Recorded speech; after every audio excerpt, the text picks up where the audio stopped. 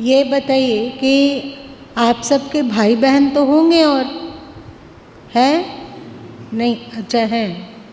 वे सत्संग नहीं सुनते पर आप सत्संग सुनते हैं, तो आप का मानस बनावट और उनका मानस बनावट एक है या अलग है? एक नहीं अलग। किनका मानसिक स्तर ज़्यादा श्रेष्ठ लगता है? आपका, जो कि नित्य सत्संग में आते जाते रहते हैं, या अपने भाई बंधु रिश्तेदार लोग का? हाँ, तो सत्संग का महिमा तो यहीं पे है। और कथा कहानी क्या जाने, हम ही लोग देख लें, जो हम लोग सत्संग आते हैं तो हम लोग का जो मानस स्तर है, हमारे ही रिलेशन में ऐसे होंगे जो सत्संग नहीं आते हैं, उनका मानस स्तर में जमीन आसमान का अंतर हो जाता है, होता है। बहुत सारे लोग कहते हैं कि सत्संग जाने से क्या सुधार हुआ? जैसा बुद्धि है वैसे ही तो है।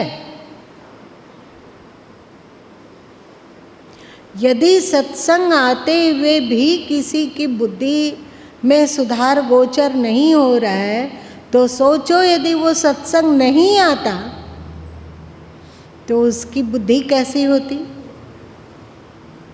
आप लोग को डर लग रहा है कुछ?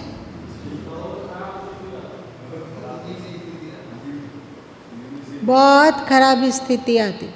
अभी कम से कम 25% ही सही, 30% ही सही अंकुश है, उस पर अंकुश है। लेकिन यदि वो सत्संग नहीं आता तो आज यदि अगला उपद्रवी है तो उस समय वे महाउपद्रवी होते हैं। आप लोग को लगता नहीं है? सत्संग बहुत कीमती चीज़ है। सत्संग के द्वारा ना हम जीवन जीने की कला को सीखते हैं। वैसे सत्संग कितने प्रकार के हैं? एक शास्त्रों के स्वाध्याय का ज्ञानी संत सद्गुरु के सत्साहित्यों के स्वाध्याय का सत्संग, और दूसरा अपने आत्म स्वरूप में स्थिति का सत्संग, और तीसरा साक्षात सद्गुरु के सानिध्य और उनके मुखारबिंद से श्रवण करने का सत्संग। एक तो ये तो हम लोग सत्संग सुन ही रहे हैं, कोई महापुरुष है, कोई संत है,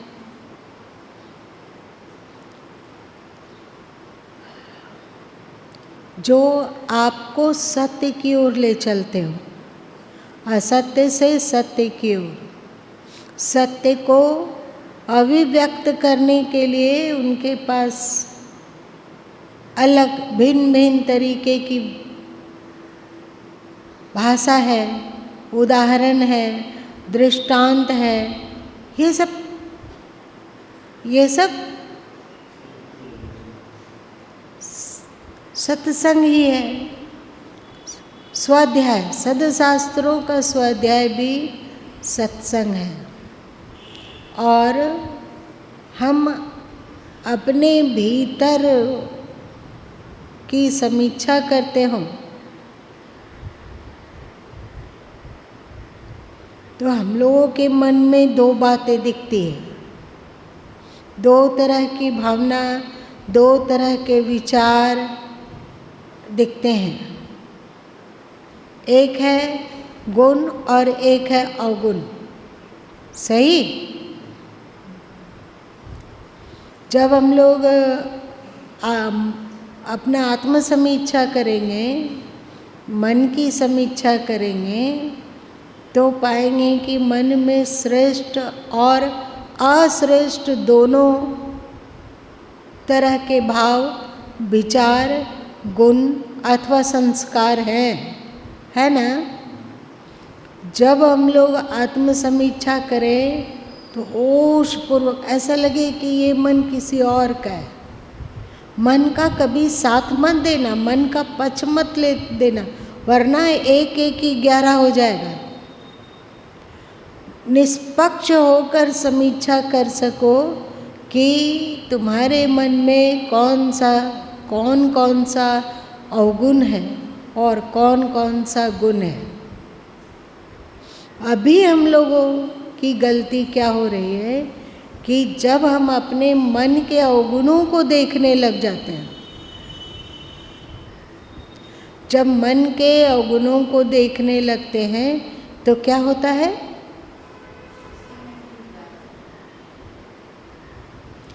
या तो हमें हीन भावना आएगी। ज़्यादातर यही संभावना है कि हम अपने अवगुणों को, अपने नहीं मन के, हम तो जज हैं भैया, हम कोई अपराधी नहीं है, हम जजमेंट देने वाले हैं। तो हमने मन के अवगुणों को देखा तो वहाँ पर हीन भावना भी नहीं होनी चाहिए, और दूसरा हम उन अवगुणों के समर्थक भी ना हो जाए। ये भी सत्संग है। जब हम लोग अपने भीतर के दोषों को देख पाते हैं, अपने अवगुणों को देख पाते हैं, तो दो संभावना है। एक है आपका हीन भावना से ग्रसित हो जाना, और दूसरा उस अवगुण का समर्थक बन जाना। ऐसा किसको किसको होता है? ऐसा होता है? अच्छा होता है। और बाकी लोग को नहीं होता है, तो आप लोग क्यों नहीं हाथ उठा रहे हैं? क्या आप कभी अपने मन का अध्ययन करते हैं? मन का अध्ययन करेंगे तो दोनों चीज़ें उसमें, गुण और अवगुण।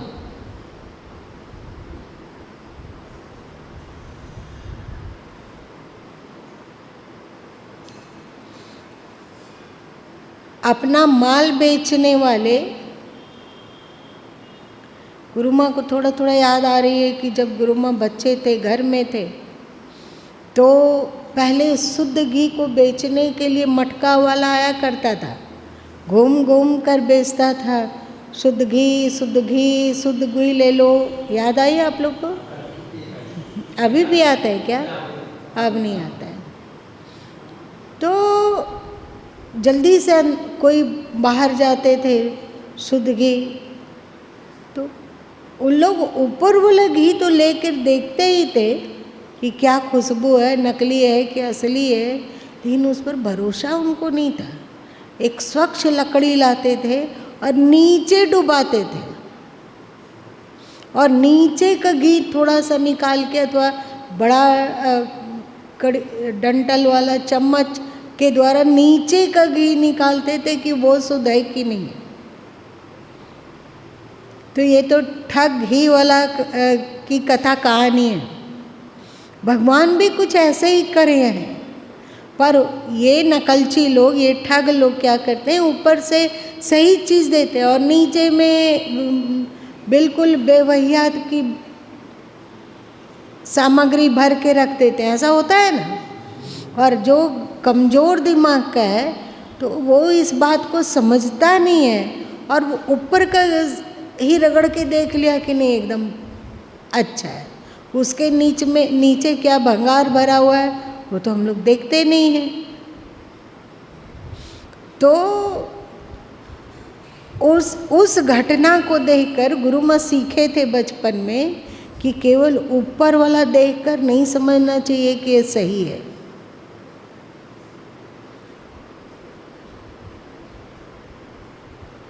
केवल ऊपर के हाव भाव को देखकर नहीं समझना चाहिए कि ये सही है। खैर वो तो बात हुई, पर ईश्वर भी कुछ ऐसा ही करे हुए हैं। अभी हम लोगों का जो जन्म हुआ है, प्रियंका बहन,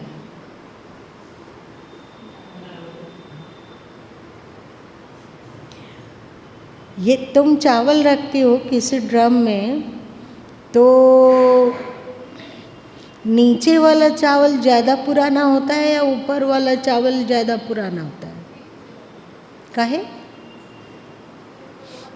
ऊपर का जो चावल है वो नया नया चावल है, वो पता है कि अभी ये चीज़ रखा गया है, पर उसके भीतर जो पुराना हो गया, क्योंकि खर्च ऊपर से रख रहे और खर्च भी ऊपर वाले चावल का हो रहा है, तो नीचे का चावल ज्यों का त्यों बचा रह जाता है और वो पुराना पुराना पुराना होते जाता है। ऐसा होता है ना?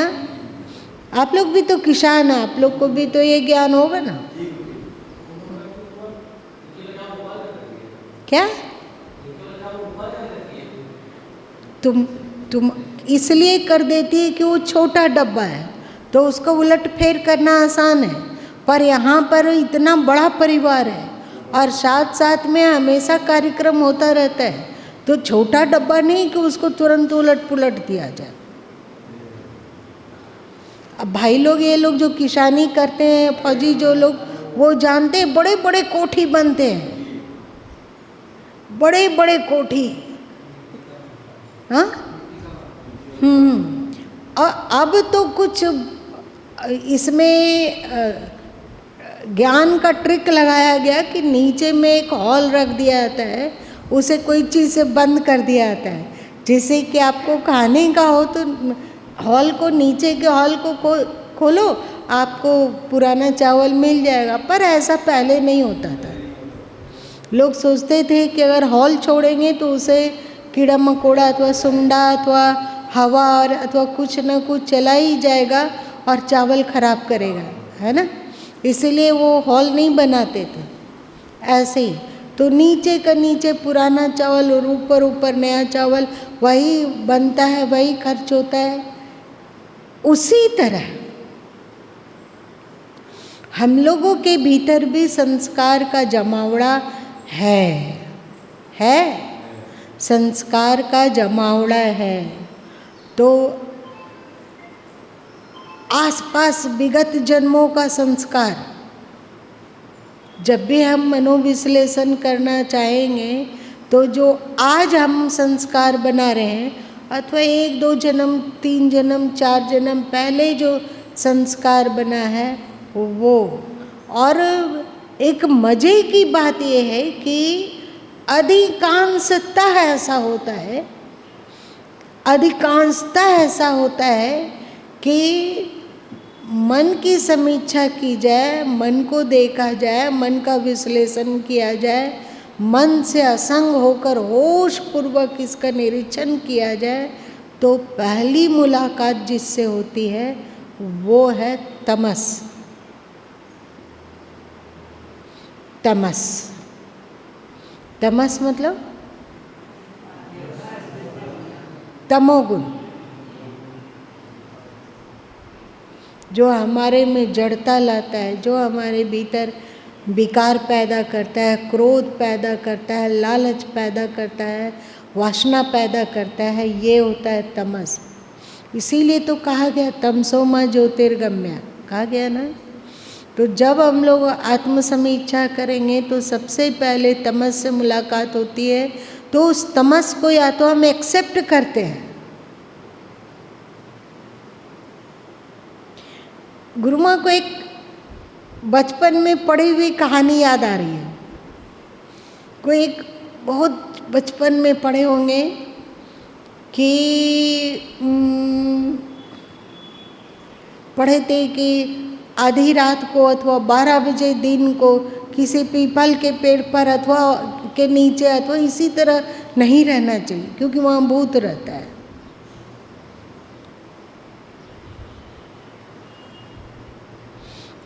और अथवा उसके आसपास भूत रहता है। स्मशान नहीं जाना चाहिए। ये बेमतलब का डराने वाली बात बच्चों को नहीं, बच्चों के कहानी के पुस्तक में नहीं होना चाहिए, पर होता है, अभी भी होता होगा, हमें नहीं पता।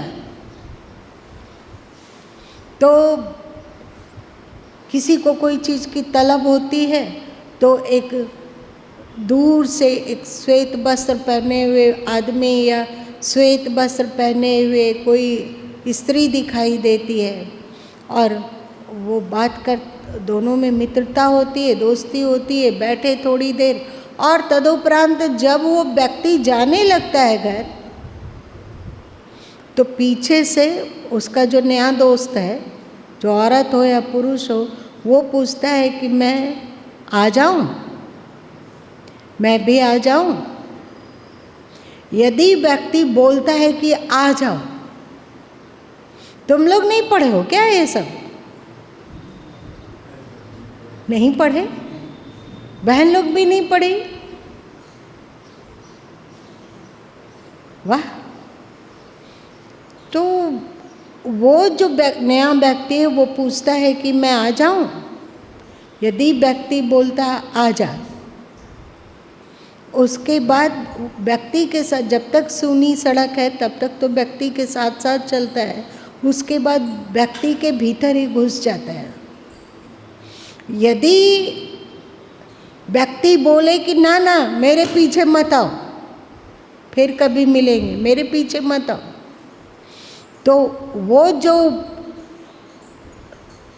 श्वेतांबरी है, मतलब आत्मा है, भूत है, पूछ लेता है कि आऊं। अगर व्यक्ति बोला नहीं आओ, तो वो भूत उसके पीछे नहीं जा सकता है।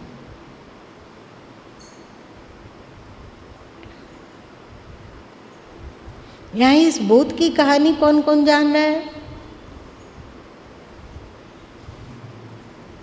नहीं जानते हो? अच्छा हुआ कि भगवान गुरु माँ को बचपन से ही पढ़ने का बहुत शौक लगाए थे, जिससे कि समय पर वो ज्ञान काम आ सके।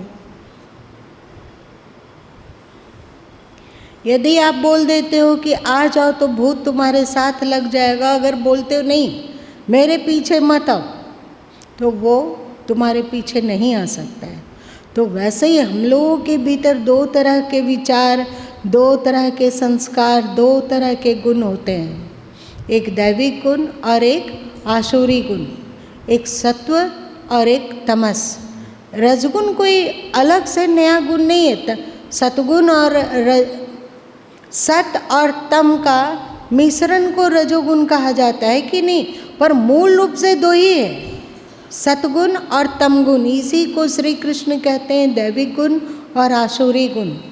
जब आप आत्माभिमुख होते हैं, मतलब अपने भीतर जागते हैं कि आपके भीतर कौन कौन सा विचार है, कैसा संस्कार है, कैसा गुण है, तो स्वाभाविक ही सबसे पहले तमस से मुलाकात होती है।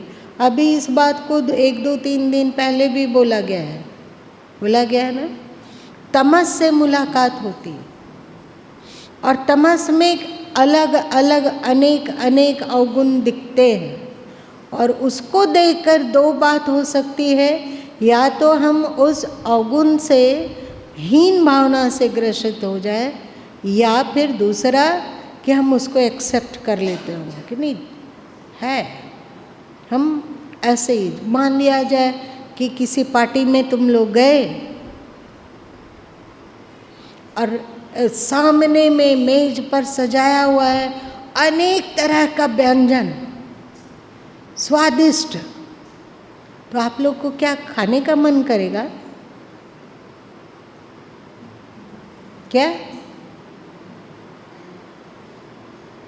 क्या लगेगा? क्या मन करेगा? तो पार्टी शुरू होने से पहले ही तुम चुपके से उठा के कुछ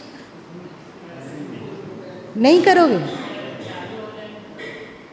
चालू होगा तब, लेकिन अभी चालू ही नहीं हो रहा है।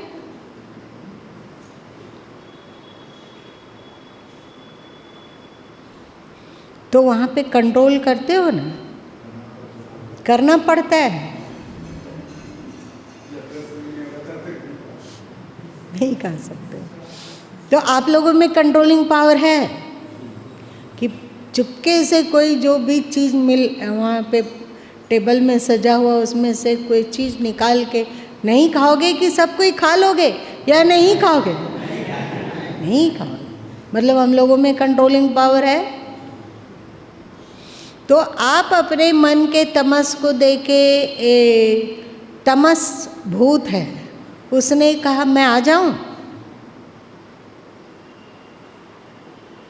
आपने असुरी संस्कार आप अपने भीतर देखा तो वो पूछा आपसे परावाणी में, सूक्ष्म वाणी में कि तुम्हारे पीछे आ जाऊं। हम लोग अगर एक्सेप्ट कर लें कि हाँ ठीक है हम ऐसे ही हैं, तो इसका मतलब क्या हो गया? जल्दी बताओ। आमंत्रण दे दिए कि आ जाओ। जैसे एक्सेप्ट किए हम कि नहीं हम तो अवगुणी ही हैं। इसका मतलब ये नहीं कि तुम घमंड करने लग जाओ कि हम गुणवान हैं। घमंड हुआ कि गुण अवगुण में बदल जाएगा, इस बात को हमेशा याद रखना। जैसे कितना भी सुस्वादु व्यंजन हो, जमीन से एक मुट्ठा, एक अंजरी धूल गर्द लेकर उसमें डाल दो तो वो क्या सुस्वादु व्यंजन रह जाता है कि फेंकने लायक चीज हो गया? वैसे ही हम लोग के भीतर का सद्गुण है।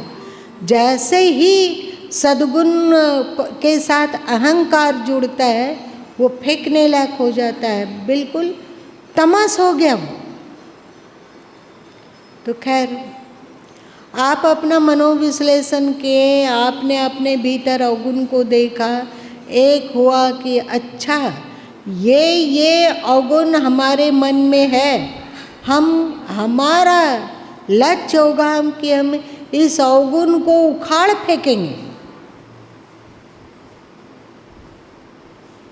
हम इस अवगुण को उखाड़ फेंकेंगे कि ये हुआ, हिम्मत हमारी बढ़ गई, हमारी शक्ति और 10 गुणित हो गई कि अच्छा हमारे अंतस में हमारी इजाज़त लिए बिना, मतलब हमारी आज्ञा लिए बिना ये कौन दुष्ट, कौन सा भूत प्रेत भीतर बस गया है, उसको हम तो निकाल फेंकेंगे, खदेड़ देंगे, खदेड़ के रहेंगे। क्योंकि ईश्वर ने हमें मनुष्य का शरीर दिया है और मनुष्य के शरीर में वो कैपेसिटी है कि इसको मोक्ष का द्वार कहा गया ना, मनुष्य शरीर को मोक्ष का द्वार कहा गया। तो यदि ये शरीर में मोक्ष प्राप्त करने की क्षमता है तो बिना अवगुण को पछाड़े तो मोक्ष मिल नहीं सकता है। इसका मतलब कि अवगुणों को पछाड़ने की क्षमता हम मनुष्यों के भीतर ईश्वर ने रखा है, रखा। कोई ब्रिलियंट बच्चा हो, छात्र हो, और वो इंटरव्यू देने के लिए जा रहा हो लेकिन नर्वस होता है कि हम नहीं बोल पाएंगे, हम पता नहीं क्या होगा, डर गया, भय हो गया। तो भय होने पर किसी का लूज मोशन होने लगता है, किसी को उल्टी होने लग जाती है, किसी को बुखार आ जाता है, किसी को ठंड लगने लग जाता है, किसी का सिर दर्द होने लग जाता है, अलग अलग तरीके का होता है। ये क्यों हो रहा है? डर। अब एक डर युक्त परीक्षार्थी इंटरव्यू देने गया तो वो उसमें सफल होने की ज़्यादा संभावना है कि असफल होने की ज़्यादा संभावना है? आप लोग इस बात को जानते हो ना, जानते हैं ना? असफल होने की अधिक संभावना है। वैसे ही हमने अपने भीतर के अवगुणों को देखा और हमें डर हो जाए, नहीं सकेंगे, नहीं सकेंगे। उस अवगुण का फेस हम कैसे करें? नहीं सकेंगे। वो हम वैसे मतलब क्या हो गया? देखिए अवगुण मन में है, लेकिन उसके साथ जब हम लोग का मैं जुड़ जाता है, मैं ऐसा ही हूँ, हम ऐसे ही हैं, हमारा यही संस्कार है, हम उससे एक डर हमारे भीतर उत्पन्न हो गया और हम थर-थर कांपने लगे और चुपचाप सरेंडर कर दिए। इस जन्म में क्या, 1000 जन्म में भी हम अपने अवगुण को दूर कर सकेंगे क्या? कर सकते हैं? नहीं कर सकते हैं। और यदि हम उसको इस चैलेंज को स्वीकार करते हैं कि ठीक है हमें झूठ बोलने की आदत है, ठीक है हमें बदकुचन करने की आदत है, ठीक है हमारे में ये ऐब है, उस ऐब को धो देंगे। क्योंकि मनुष्य का शरीर में ईश्वर ने इतनी क्षमता दी है कि हम अपना काया पलट कर सकें, है ना। तो भय नहीं, साहस। भय आसुरी वृत्ति है, साहस आत्मबल दैविक वृत्ति है। अब यदि तुम आसुरी वृत्ति को एक्सेप्ट करोगे तो तुम्हारे भीतर का अवगुण और मजबूत होगा या कमजोर पड़ता जाएगा? क्या? जैसे ही आप उस अपने भीतर के अवगुण से डरे अथवा हंसते हुए स्वीकार कर, हाँ है ना हमारे में ये अवगुण है, हमको पता है, हम ऐसे ही, हम जैसे हैं वैसे ही रहेंगे। ऐसे ही सोचो कि तुमने भूत को निमंत्रण दे दिया। जैसे भूत ने पूछा आ जाऊं, आपने कहा आ जाओ, तो भूत आपके पीछे लग जाता है।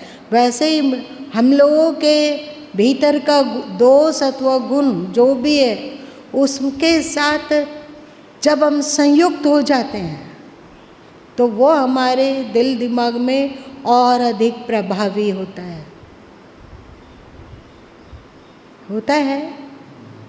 तो क्योंकि हम लोग अभी मन के भीतर के जिन संस्कारों को देख रहे हैं वो हाल फिलहाल का अर्जित किया हुआ है, लेकिन हम लोगों के भीतर पुराना माल अभी भी है। वो कौन सा? इसके बारे में एक दिन बोले थे ना कि यदि हम इस ऊपरी तमस को लांघकर और अंदर घुस सकें और अंदर प्रवेश कर पाएं तो हम लोगों के ही भीतर वो दिव्य ज्ञान भरा हुआ है, वो दिव्य ज्ञान भरा हुआ है जो ऋषियोचित है। क्योंकि ऐसा नहीं होता है कि आवागमन जन्म मृत्यु 1000 साल से हमारा हो रहा है अथवा 5000 साल से हो रहा है, 10,000 साल से हो रहा है और पहले हम कहीं विश्राम कर रहे थे। ऐसा कुछ भी नहीं है।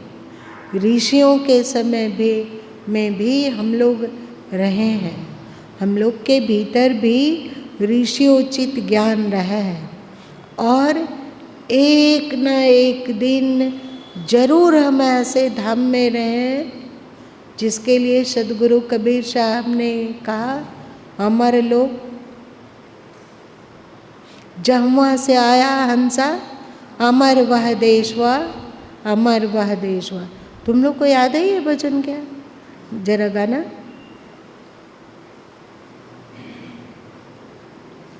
ये सब पद केवल गाने के लिए नहीं है। जानो कि इस आसुरी वृत्तियों के नीचे वो दैविक जगमगाता हुआ चिंतामणि रत्न अवश्य है। सदगुरु कबीर साहब भी कहे कि जहाँ से आयल अमर वह देश हुआ। हम लोग वहाँ कभी न कभी तो रहे ना, तो उसका संस्कार हम लोगों के भीतर कहीं ना कहीं तो दबा हुआ है ना। इसीलिए तो सदगुरु कबीर साहब कहें, जिन ढूंढा तिन पाया, क्या गहरे पानी पैठ, गहरे में डूबो, गहरे में उतरो। ऊपर दिख रहा है तो समुद्र बहुत कीचड़ से भरा हुआ, ऊपर का सतह दिखता है ना। आप 100 फीट नीचे समुद्र के चले जाओ, अब तो प्रदूषित माल समुद्र में बहने के कारण उसकी तलहटी भी कचड़े से भरती जा रही है, पर हम लोगों की तलहटी कचड़े से नहीं भर सकता है।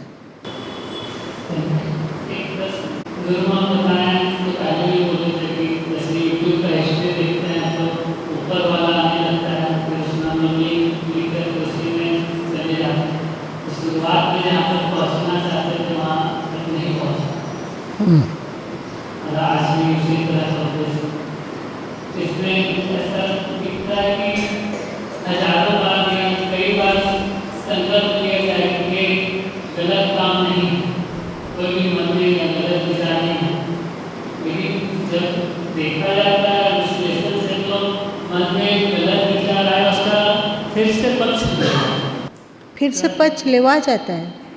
या इसको जानबूझकर नहीं, क्योंकि हम लोग तमस में सदियों से जी रहे हैं, तो तमस का गुण है यथा स्थिति बना के रखना, अथवा तमस का गुण है ग्रेविटी, गुरुत्वाकर्षण।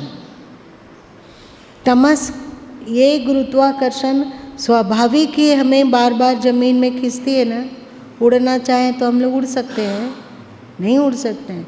भले ही उड़ने की कोशिश करें, लेकिन गिरेंगे तो धरती पर ही, क्योंकि पृथ्वी के गुरुत्वाकर्षण के क्षेत्र में अभी हम लोग जिंदा हैं। लेकिन अगर इस गुरुत्वाकर्षण को लांघ जाए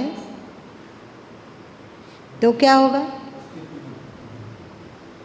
तो फिर हम धरती में आके पटकाएंगे क्या? नहीं होगा। तो अभी क्योंकि हम लोग बहुत दिनों से तमस में जिए हैं, इसीलिए जब हम लोगों के भीतर तमोगुणी विचार उत्पन्न होता है तो स्वाभाविक ही उसे एक्सेप्ट हम लोग करते हैं।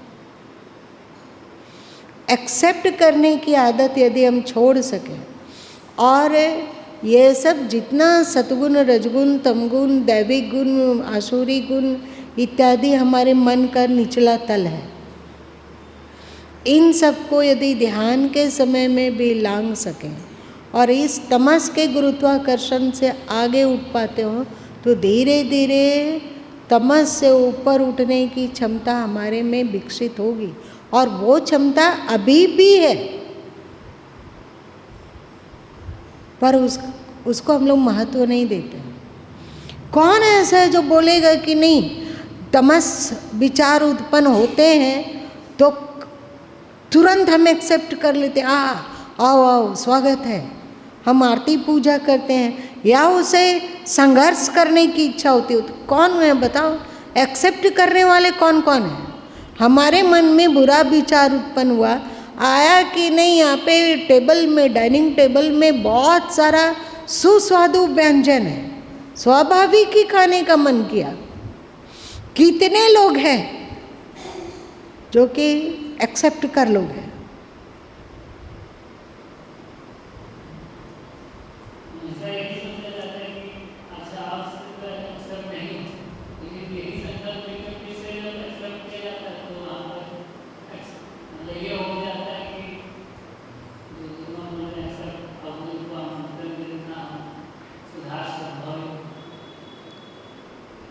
तो हम लोगों को क्या करना चाहिए? आज अपने तमस से लड़कर युद्ध में विजय प्राप्त करो या 1000 जन्म के बाद करो, पर करना तो होगा ही। सीधा सीधी कर लो इस बात को, इसको एक्सेप्ट करो कि नहीं, हमें तमस से ऊपर उठना है। तमसो मा ज्योतिर्गम्य, उठना ही उठना है। आज से हम संघर्ष शुरू करेंगे। और संघर्ष क्यों? 1 मिनट में हम उसका पता साफ कर सकते हैं, ये बोध जगा के कि ये दृश्य है और मैं दृष्टा हूँ, ये साक्ष्य है, मैं साक्षी हूँ। सही? ये हाथ क्या अपने आप को पकड़ सकता है? ये पंजा अपने आप को पकड़ सकता है क्या? ये बाँह क्या अपने आप को समेट सकता है? जिसको कहते हो दबोच कर पकड़ लेना, ये हाथ क्या कर सकता है अपने आप को पकड़ना? आँखें क्या अपने पुतलियों में उगे हुए बाल को देख सकती है? जो दिख रहा है वो हमसे दूर है, अलग है। तो ये तमस हम दिख रहा है तो ये दूर है, ये दृश्य है, ये आने जाने वाला है। हम लोग जब दृष्टि दृश्य पर टिका देते हैं तो उसी में गुम होते जाते हैं। पर यदि दृष्टि दृष्टा की ओर मुड़ जाए कि ये कौन है जो कि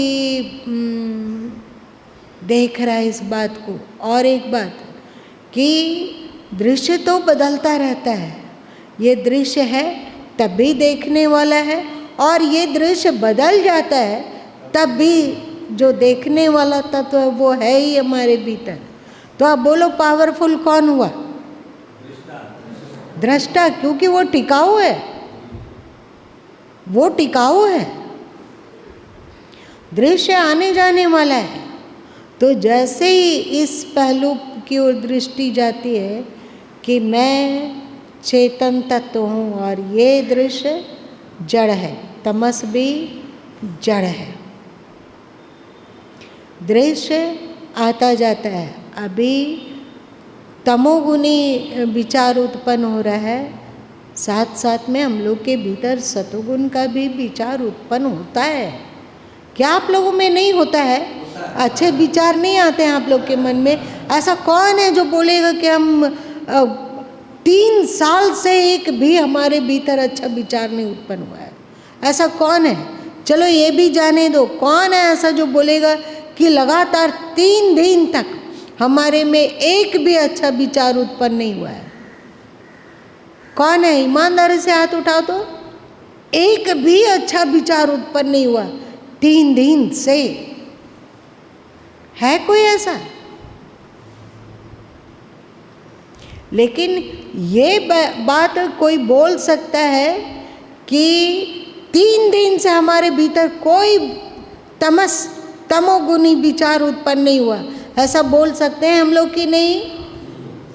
अरे इसमें भी कमजोरी है क्या? बहुत दिन ऐसा होता है कि जब हमारे भीतर केवल श्रेष्ठ विचार उत्पन्न होते हैं, और बहुत दिन ऐसा होता है कि तमस उत्पन्न ही नहीं होता है। पर एक बार भी ऐसा नहीं होता है कि सप्ताह भर से केवल तमस विचार ही चल रहे हैं, है ना? तो हम लोग जितना तमस विचारों से हारते हैं, मतलब अपने दुर्गुणों से आगे हार जाते हैं, या हम हथियार डाल देते हैं, तो उसकी तुलना में श्रेष्ठ विचार तो हम लोगों के भीतर बहुत आता है। तो हम लोग उतना खुश क्यों नहीं होते हैं?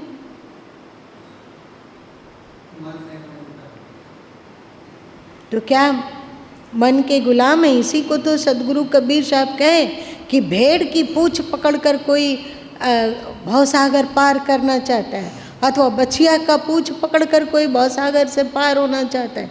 ये संभव नहीं है। वैसे ही मन को पकड़कर हम सोचेंगे कि दैविक वृत्तियों से अनुप्राणित हो जाएंगे, हमारा जीवन प्रकाश से भर जाएगा, तमसोमा ज्योतिर, ऐसा संभव नहीं है। देखो तुम्हारे भीतर क्या ज़्यादा है, तमस ज़्यादा है या दैविकता ज़्यादा है? देख लो क्या ज़्यादा है। तो हम लोग तो ऐसा कभी नहीं बोलते हैं कि पग घुंघरू बांध मीरा नाची रे, नचवा जाएगा। कि हम लोगों के दिल दिमाग में अभी भी इस उद्भट कलयुग में भी पूरा संसार, पूरी भीड़ पतन की ओर दौड़ रही है, ऐसी परिस्थिति में भी हमारे भीतर श्रेष्ठ विचार जागता है, और वो तमस विचार की तुलना में ज़्यादा टिकाऊ होता है। तो क्या हम लोग को प्रसन्न नहीं होना चाहिए?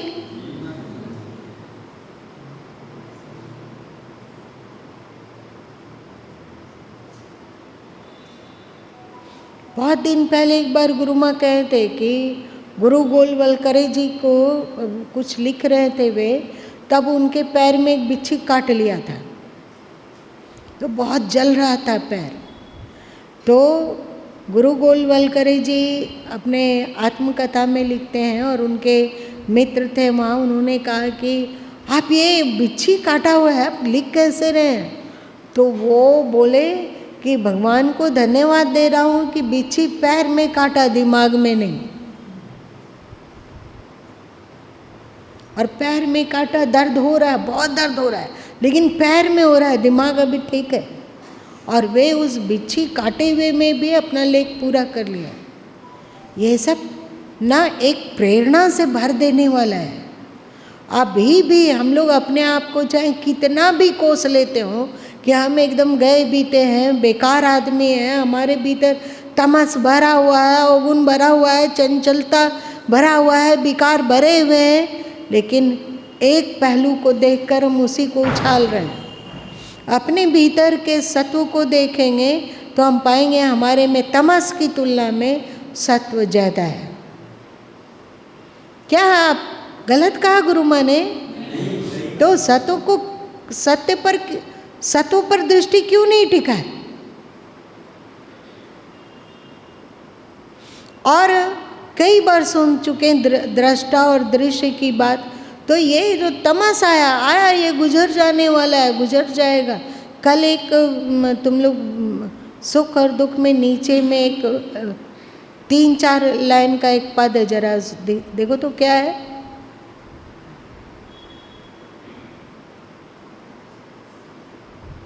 ज्ञान सूत्र के नीचे का पद कल का। रात भर का है महिमा अंधेरा, किसके रोके रुका है सवेरा। आज दुख है तो कल सुख भी मिलेगा, यही जीवन का है खेला। तो जब तमस टिक ही नहीं सकता है तो उसके लिए क्या रोना है? आओ और जाओ, कितनी चींटियाँ आ जाती है घर में, बरसात में नहीं, कहाँ से दीवार के जड़ों से निकलती है, पता नहीं उतना पहुँच कहाँ से आ गई अंदर, आती है फिर चली जाती है, खत्म।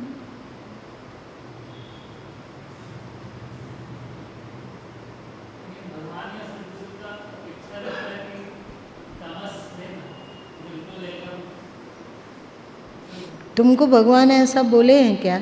और यदि बोले हैं, सदगुरु ऐसा बोले हैं, तो एक वो स्थिति अवश्य है जहाँ पर कोई विकार, कोई तमस नहीं है, और वो एक ही जगह है तुम्हारा स्वरूप।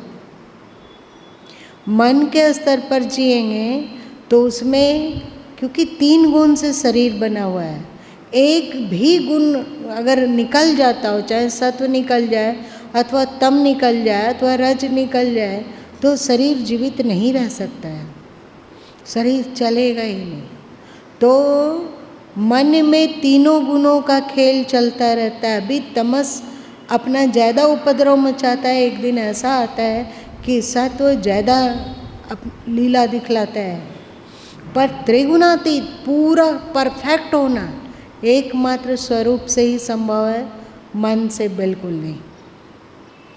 सदगुरु और ईश्वर यदि चाहते हैं कि एकदम परफेक्ट बने, इसका मतलब है वे आत्मस्थ करना चाहते हैं। त्रिगुणातीत श्री कृष्ण भी कहें, त्रैगुण्या भव अर्जुना, उन्होंने कहा ना 3 गुणों से परे हो जाओ। 3 गुणों से परे क्या मन में रहते हुए हो सकता है? नहीं, आत्मस्थ होंगे तभी हम त्रिगुणातीत हो सकेंगे। तब जो ईश्वर की क्वालिटी है त्रिगुणातीत की, उस क्वालिटी को पालेंगे। मेरी बात समझ में आ रही है कि समझ में आ रही है?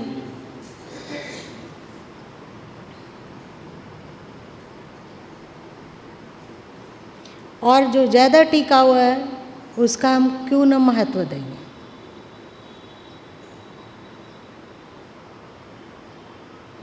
हम लोग कोई फेल्योर विद्यार्थी थोड़ी है कि पूरा किताब पढ़ लिए हैं और याद है, एक चैप्टर नहीं पढ़ पाए, मतलब उसका दोहरा ना पाए। तो पूरा चैप्टर, किताब का हर चैप्टर याद है, हर चैप्टर पढ़ा हुआ है, एक चैप्टर को हम नहीं दोहरा पाए तो एक चैप्टर को देख देख कर डरते रहे, थर-थर कपे, और जो पढ़े हुए हैं, जो याद है, उसको भी भूल बकोस है। बुद्धिमानी किस में है? उसे कितना क्वेश्चन आ जाएगा? पूरी पुस्तक मेरा पढ़ा हुआ है, याद किया हुआ है, पक्का है कि हम 80 नंबर तक तो 80% मार्क्स तो ला ही सकते हैं, है ना? तो फिर क्यों ना हम लोग जो हमारे भीतर तमस दिख रहा है उसको पराजित करेंगे अथवा उसको महत्व नहीं देंगे।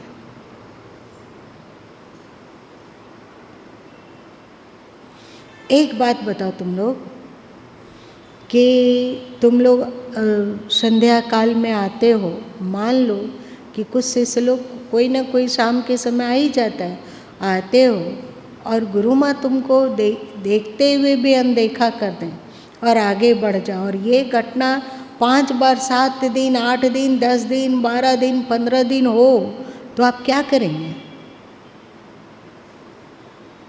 जन सामान्य क्या करेगा?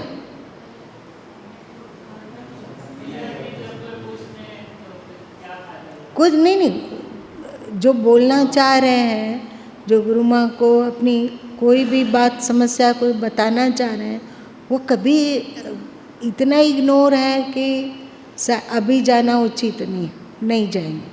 वैसे ही तुम अपने भीतर के कचड़े को इग्नोर करना सीख लो।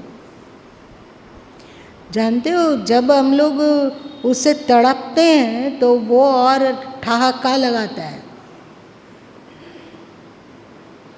ये मनोविज्ञान नहीं है क्या? मनोविज्ञान है ना। भारी मार, एक कहावत सरकार प्रभु हमेशा कहा करते थे, भारी मार कबीर का चित्त से दिया उतार। हमारे भीतर बहुत संख्यक चैप्टर की स्मृति है, बड़ी बात है। और हम जानते हैं जहाँ से आया हमारे देशवा, हमारा मूल स्वरूप वही है। एक न एक दिन सब कचड़े और अंधकार को पार करते हुए हम लोग वहाँ जरूर पहुँचेंगे। अगर हम लोग का संस्कार नहीं होता, अगर हम लोगों का प्रारब्ध नहीं होता, तो दौड़े दौड़े सत्संग कैसे चले आते हैं? और लोग तो नहीं आते हैं। किसको पड़ा हुआ है सत्संग में आने की? किसको अभी रुचि हो रही है? आप ही देख लो, क्या हमारे माता पिता, हमारे पति, हमारी पत्नी, हमारे बच्चे या तो हमारा भाई बहन, सब कोई इसी तरह तड़प है क्या सत्संग का? हम लोगों में है यदि, तो कुछ ना कुछ तो विशेषता जरूर होगी। हम लोग बेवकूफ़ हैं जो अपनी विशेषता को नहीं पहचानते हैं और अविशेषता का ही रोना रोते रहते हैं। तुम लोगों में विल पावर नहीं बढ़ा क्या? थोड़ा बहुत बढ़ा? चलो आज इतना ही रहने दो, ज़्यादा समय हो गया।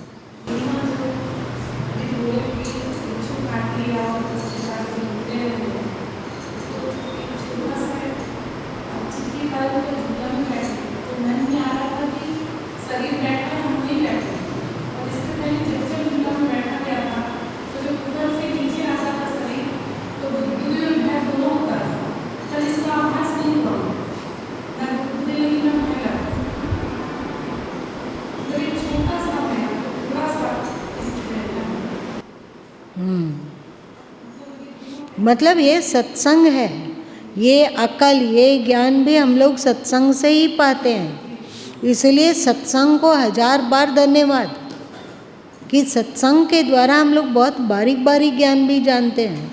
हम लोग कोई पुराण की कथा नहीं सुन रहे हैं।